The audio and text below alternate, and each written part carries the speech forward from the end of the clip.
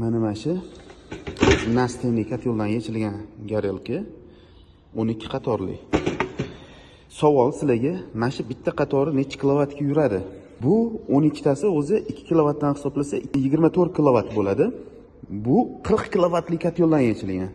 Sababi nima bilasizlarmi? Qanaqa qilib 40 kilovatga chiqarib bergan?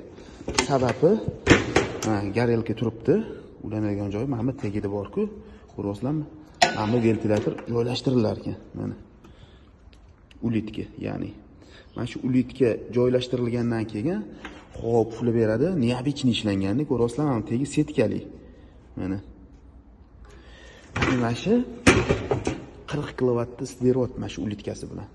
Men qoyil qoldim. Mana shu narsani tekshirib ko'rmoqchiman. Keyin har bitta kotyolimizga mana shu sistemani qilmoqchiman. Chunki ancha ekonom bo'ladi, to'g'ri, lekin svet ketib qolsa, o'sha kerakli gradusga chiqarib bera olmasligi mumkin. Ba'zi importni kotyollar hammasi svetga bog'liq. Nimaga bog'liq desanglar, mana shu narsa.